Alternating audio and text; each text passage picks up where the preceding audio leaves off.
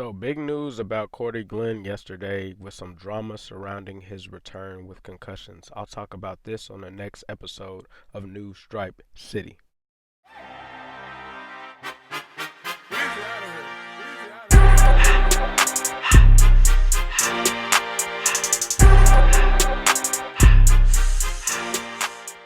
Welcome to New Stripe City, a YouTube channel for die-hard Bengals fans. I'm your host, Ace Boogie, and we have some drama going on. It seems as if the Bengals and Cordy Glenn are in a heated dispute over his return from a concussion.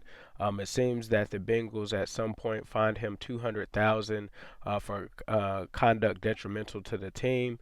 It seems like a witness that witnessed this encounter said that Glenn got into it with a member of the coaching staff. I think all indications, if you had to guess, that guy would be Jim Turner. I'm not for sure. I don't know that for a fact. I would just assume, based off of his history, that it was Jim Turner. So he was fined. At one point, it got so ugly that Glenn actually asked for his release. He's felt like the Bengals have tried to rush him back from his concussion injury. He's been out for about 2 months now. I'm not exactly sure how concussions work. I think I try to do some research and figure out how long people would be out with them. I think for the Bengals, I think we've only seen guys be out about a month. So for Glenn to be out for 2 months, it seemed kind of odd, and it seems like there was some kind of debate over whether or not he should get a second opinion and things of that nature. But he's really upset because he felt like the Bengals were rushing him back. He practiced, I believe that was either Tuesday or Wednesday. So this is a very strange indication, and he did not show up for practice on Thursday. So all indications are that the Cordy Glenn era is over.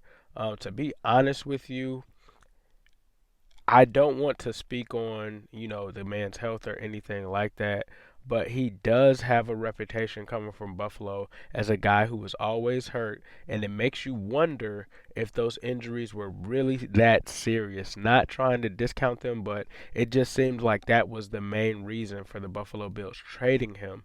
So I'll reach out to some Buffalo Bills fans and see if that was the case, but because of that, I tend to give this a little bit of the Rock eyebrow raise at what's going on, because for him to be out so long and for him to act like he just wasn't going to come back. There's been times where he came out to the field, and then the next day he was out of pads. So it's been a very weird situation. In my personal opinion, I think that they should move on from Cordy Glenn. I've heard from a player secondhand that some of them are kind of upset with Cordy Glenn. Just they feel like he could have come back by now. It seems like the Bengals front office feels the same way. He's just kind of leaving them out to dry, right? But I also get it from Cordy's standpoint. If he's really injured and this team is 0-6, what's the difference of bringing him out there? So there's a lot of things that go into this, but in my opinion, I think the best scenario for both sides is to cut their losses and move on. You're not going to sign or re-sign Cordy Glenn next year anyway moving forward. Why not trade him now and get what you can for him? Get you a third round pick from a Tampa Bay or someone who needs an offensive tackle that's still in the hunt. That's what I would do, would be to try to send Cordy Glenn out there for, second or third round pick, whatever you can get for him. You also get $4 million back in cap, and honestly, he's not playing for you now anyway. So why not go ahead and make that move? Let me know what you guys think. Honestly, he wasn't part of my future. Like Cordy Gillen kind of let us down. So I don't know if it has to do with him switching positions.